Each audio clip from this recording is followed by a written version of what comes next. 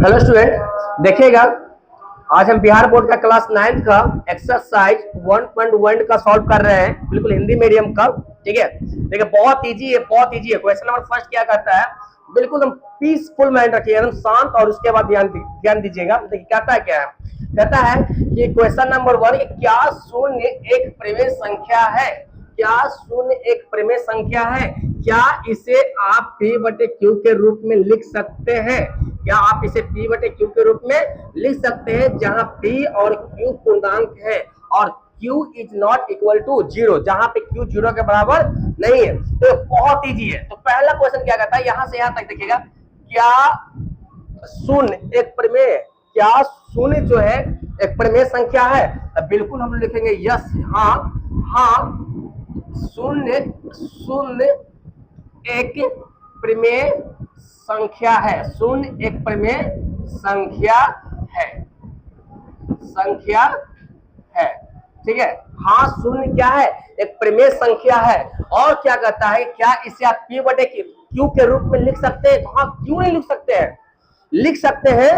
जब शून्य एक परिमेय संख्या है तो परिमेय का मतलब क्या होता है? परिमेय का मतलब होता है 4/3, 6/5, सॉरी 4/5, 8/4, 9/6। तो ये सब जो है ना बाबू, सब के सब परिमेय संख्या है। परिमेय का मतलब होता है, पता है क्या? परिमेय का मतलब होता है भिन्न।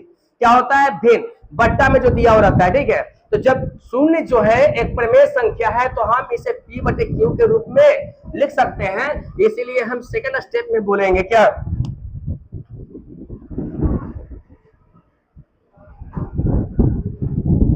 देखिएगा सेकंड स्टेप में बोलेंगे हाँ,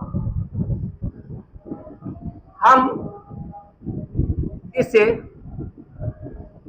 P बटे Q के रूप में लिख सकते हैं। हम इसे P बटे Q के रूप में लिख सकते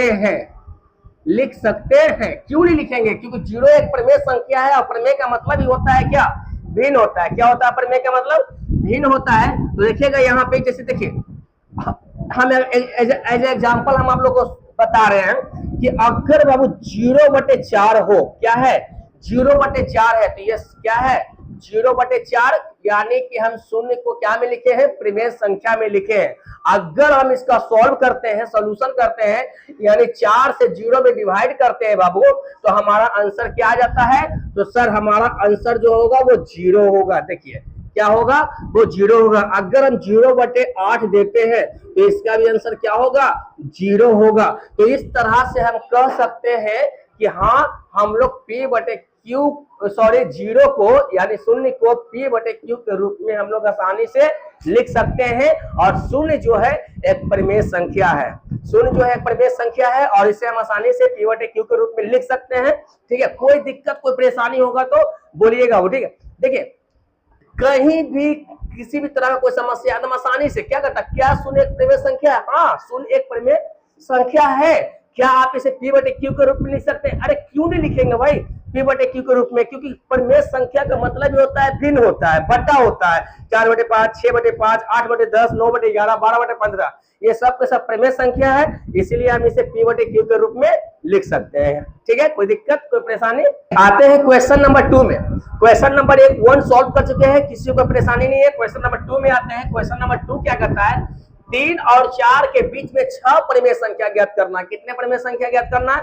6। जानते बाबू, जब भी परिमेय संख्या ज्ञात करने के लिए आएगा किसी भी क्वेश्चंस में, ये जरूरी नहीं है कि यहाँ पे 2 और 3 और 4 रहेगा, 5 और 6 भी हो सकता है, 7 और 8 भी हो सकता है, 9 और 10 भी हो सकता है। ठीक है, और देखना क्या है कि परिमेय संख्या निकालने कितना कर रहा है, 6 निकालने का रहा है कि 7 निकालने का रहा है। तो देखिए हम क्या करते हैं ना, 3 को इधर लिख लेते हैं। क्या 3 को हम इधर लिख लेते हैं और 4 को इधर लिख लेते हैं। ठीक है, और परिमेय संख्या कितना निकालने के लिए करा है, तो 6।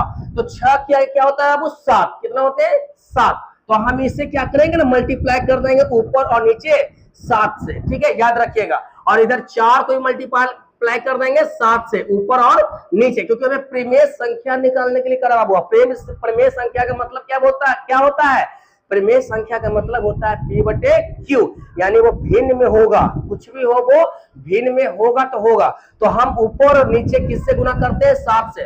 तो बोलिएगा सर 7 से 1 क्यों? तो बाबू जितना भी प्रमेय संख्या निकालने के लिए कहेगा, 10 निकालने के लिए कहेगा तो आप 11 से मल्टीप्लाई कीजिएगा, गुना कीजिएगा दिया हुआ संख्या में। अगर 15 निकालने के लिए कहेगा तो 16 से कीजिएगा, ठीक है। एक संख्या को बढ़ाकर करना है। देखिए इसको सॉल्व करते हैं तो ऊपर ऊपर मल्टीप्लाई करते हैं तो कितना हो जाता है 21/7, और इसको ऊपर ऊपर मल्टीप्लाई करते हैं तो कितना हो जाता है 28/7। और देखिए ये नीचे देखिए बाबू, ये भी एक प्रमेय संख्या है, याद रखिएगा ये भी एक प्रमेय संख्या है, ठीक है। आप लोग बोल रहे होंगे सर ये प्राकृतिक संख्या है 3 4, नहीं बाबू, यहाँ पर इसके नीचे 1 हाइड है, मतलब छुपा हुआ है, इसके नीचे भी 1 छुपा हुआ है, तभी तो ये 1 से मल्टीप्लाई किया तो 1 हो गया, और ये 1 से मल्टीप्लाई किया तो 1 हो गया, ठीक है। चलिए तो अब 21/7 और 28/7 के बीच में हम लिखते हैं कितने प्रमेय संख्या? तो 6 प्रमेय संख्या। तो 22/7, 23/7, 24/7, 25/7, 26/7 और 27/7, ठीक है। 1 2 3 4 5 और 6। कितना आसान है नहीं जी? तो आप लोग मैथ को ज्यादा सर पे मत चढ़ा लीजिएगा कि मैथ बहुत इजी हार्ड सब्जेक्ट होते हैं, ठीक है। बहुत आसान है, बस दिमाग को स्थिर करना है और सीखना है, ठीक है।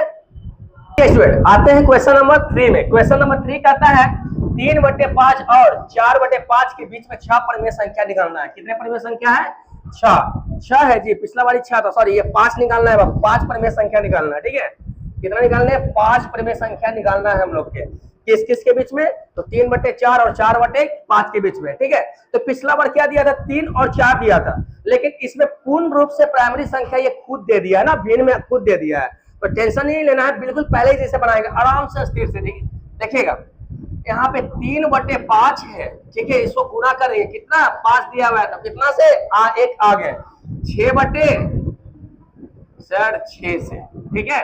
और इधर क्या दिया हुआ है? 4/5, तो इसमें किससे गुना करना है? तो सर 6/6 से। चलिए इसको सॉल्व करते हैं। तो छोटिया 18/6 30, और इसको करते हैं तो 24 और 6 30। अब बाबू क्या होता है? इसके बीच में प्रमेय संख्या लिख लीजिए, तो होता है 19/30, 20/30,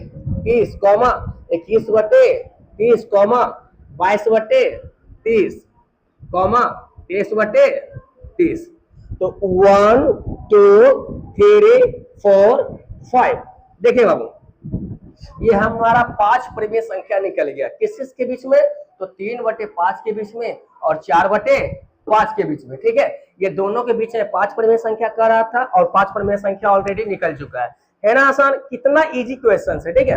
लेकिन देखिएगा PTBC वाले बुक जो होते हैं उसमें क्वेश्चन नंबर 3 का इस तरह से आंसर नहीं देता है, ठीक है, इस तरह से आंसर नहीं देता है। तो इसका मतलब ये नहीं कि क्वेश्चन बना हुआ गलत है, ये क्वेश्चन बना हुआ सही है बाबू, ठीक है। और देखिए ऊपर वाला भी, इससे क्वेश्चन नंबर 2 में भी था, वो भी सही था और ये भी सही है, लेकिन उसमें आंसर नहीं देता है। तो उसके लिए हमें क्या करना पड़ेगा? देखिएगा यहाँ पे 3/5 मल्टीप्लाई 10/10, और यहाँ पे 4 है तो 4/5 में मल्टीप्लाई कर देते हैं 10/10 से। तो आप लोग बोलेंगे सर ऐसे कैसे हो सकता है? तो बाबू हमेशा याद रखिएगा जिसका डिनोमिनेटर, जिसका हर बाबू इक्वल हो, ठीक है। देखिए 4/5 और 3/5 यानी 4 5 और 5। देखिए यहाँ पे 5 और 5 दोनों का हर क्या है? सेम है। तो जब भी दोनों का हर सेम होता है और हमें निकालना पड़ता है प्रमेय संख्या, तो हम क्या करते हैं बाबू? तो दोनों में 10 से मल्टीप्लाई कर देते हैं, गुना कर देते हैं, ठीक है। ऊपर नीचे दोनों में गुना कर देते हैं। तो यहाँ पर अगर हम सॉल्व करते हैं बाबू तो 10 30 और 10 50, यहाँ पे क्या हो जाएगा बाबू? तो 10 40/10 50, ठीक है। अब हम लिखते हैं इसका दोनों का बीच का प्रमेय संख्या, तो 31/50, 32/50, 33/50, 34/50, 35/50, और लिखते चलिए ना, ऐसे किए ना 1 2 3 4 5। 5वीं प्रमेय संख्या बोल रहा है तो हम लोग 5वीं प्रमेय संख्या निकालते हैं, ठीक है। 6 7 8 9 10 जितना भी निकल सकता है। जब हमारे पास जानकारी हो जाता है ना और अच्छे से किसी भी चीज को समझ लेते हैं ना तो हम लोग अच्छे से बना लेते हैं, ठीक है। बस स्थिर से दिमाग को स्थिर रख के बनाना है। देखिएगा बाबू क्या कहता है, 3 और 4 और 4 और 5 के बीच में 6, 5 परिमेय संख्या निकलना है। तो जब 5 कहता है तो हम किससे मल्टीप्लाई करेंगे, 6 से, ठीक है। तो हम 6 से ऑलरेडी मल्टीप्लाई कर लिए हैं, जिसका आंसर यहाँ पे आ चुका है। लेकिन अकॉर्डिंग टू बीटीबीसी बुक, जो बीटीबीसी वाले बुक है उसमें इसका आंसर नहीं देता है, तो हमें कुछ और निकालना है। देखना है क्या कि 3/5 और 4/5 है, यानी दोनों का डिनोमिनेटर क्या है, सेम है। जब दोनों का हर सेम होता है बाबू तो दोनों तरफ 10 से हम ऊपर नीचे मल्टीप्लाई कर देते हैं। जब मल्टीप्लाई करते हैं और उसका सॉल्यूशन जो भी आता है उसके बीच वाले संख्या को, परिमेय संख्या को लिख देते हैं। और देखिए यहाँ पे आंसर आ चुका है। क्वेश्चन नंबर 4 क्या है, ऑब्जेक्टिव टाइप का क्वेश्चन है, ठीक है। देखिएगा बहुत इजी है, बहुत ही आसान है क्वेश्चन। कहता है नीचे दिए गए कथन सत्य है या असत्य। चलिए पढ़ते हैं। कहता है प्रत्येक प्राकृत संख्या एक पूर्ण संख्या होती है। ये किस टाइप का क्वेश्चन है बताइए। ये तो हम लोग 5, 6, 7, 8 सब क्लास में पढ़े हैं कि क्या प्राकृतिक संख्या है, क्या पूर्ण संख्या है, क्या परिमेय संख्या है, क्या पूर्णांक है, ठीक है। तो ये सब तो हम लोग पढ़ते आए हैं ना, तो एक बार फिर से देख लेते हैं। यहाँ पे देख लेते हैं पहला में क्या, प्राकृतिक संख्या, ठीक है। तो हम प्राकृतिक संख्या देख लेते हैं।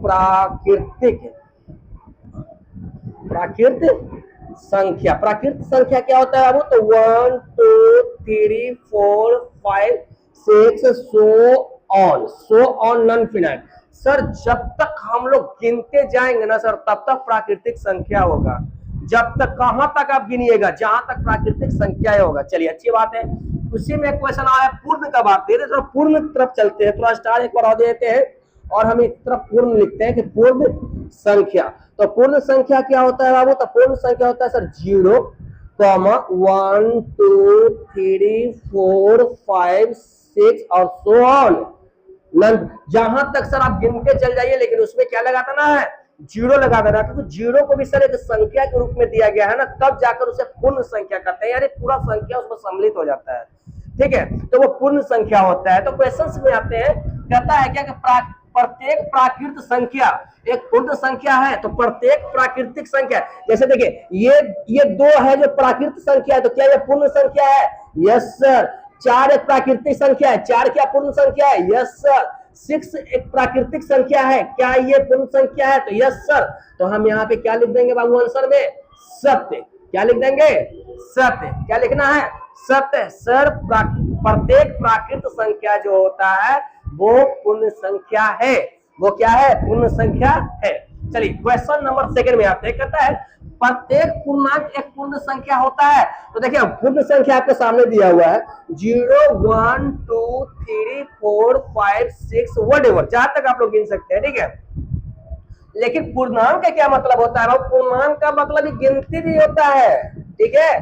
पूर्ण संख्या का मतलब ही गिनती होता है, पूर्णांक का मतलब ही गिनती होता है। लेकिन पूर्णांक में बाबू ऋणात्मक भी होता है और धनात्मक भी होता है, ठीक है। जैसे ऋणात्मक पूर्णांक में क्या है, ऋणात्मक भी है। जैसे हम -5, -4, -3, -2, -1, 0, 1, 2, 3, 4। देखिए तो हमें कह रहा है कि प्रत्येक पूर्णांक जो होता है, प्रत्येक पूर्णांक पूर्ण संख्या है। तो ये जो प्रत्येक पूर्णांक है ना बाबू, ये टोटल -10 भी, -50 भी सब पूर्णांक है। तो क्या -10 जो है वो पूर्ण संख्या है, तो कहां से, पूर्ण संख्या का मतलब होता है बाबू 0 से स्टार्ट होते हुए जहां तक आप गिन सकते हैं, लेकिन उसमें ऋणात्मक नाम का कोई शब्द नहीं आता है। लेकिन पूर्णांक का मतलब होता है ऋणात्मक भी, और प्रत्येक पूर्णांक यानी प्रत्येक ऋणात्मक पूर्ण संख्या है तो नहीं है सर। पूर्ण संख्या प्रत्येक ऋणात्मक नहीं होता है। हम यहाँ पे देख भी चुके हैं कि -5 का कोई नामो निशान पूर्ण संख्या में नहीं है। इसीलिए हम यहाँ पे आसानी से लिख देंगे क्या, असत्य।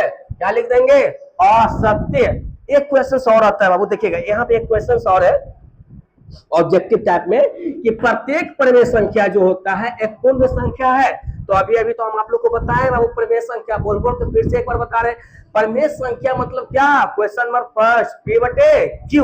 तो P/Q के रूप में हम लिखते हैं बाबू 4/5, 6/10, 11/12, 13/14, 50/60। ये लो, तो प्रत्येक परिमेय संख्या यानी 4/5 पूर्ण संख्या है पूर्ण संख्या। आप खुद से देखो तो कभी भी मैथ को बाबू, कभी भी गणित को भारी मत समझो, ठीक है, बहुत आसान है, बस उसे समझना पड़ता है, ठीक है।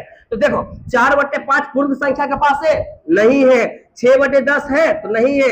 13/14 है तो नहीं है सर। 5/60 नहीं है सर, पूर्ण संख्या नहीं है, क्योंकि पूर्ण संख्या में बटा नाम का कोई शब्द नहीं होता है, वो ऐसा ही गिनते चले जाइए, लेकिन जैसे ही बटा आया तो वो पूर्ण संख्या नहीं होती है। इसका मतलब है थर्ड नंबर जो ऑप्शन आप लिखे हैं ना सर, ये भी क्या है, असत्य है, ठीक है। और ये क्वेश्चन नंबर 4 के साथ आपका 9th क्लास का एक्सरसाइज 1.1 खत्म हो जाता है। अगर अभी भी आप लोग को कोई परेशानी हुआ होगा तो कमेंट सेक्शन में बोलिए। अगर सच में आप लोग यहाँ से कुछ सीखे हैं तो चैनल को सब्सक्राइब कीजिए, इस वीडियो को लाइक कीजिए। और वैसे स्टूडेंट जिसे मैथ से डर लगता है, मैथ समझ में नहीं आता है, मैथ देख के भागते हैं, मैथ के लिए ट्यूशन टीचर खोजते हैं, तो आप उसके पास भेज दीजिए ये वीडियो, ठीक है। और हम विश्वास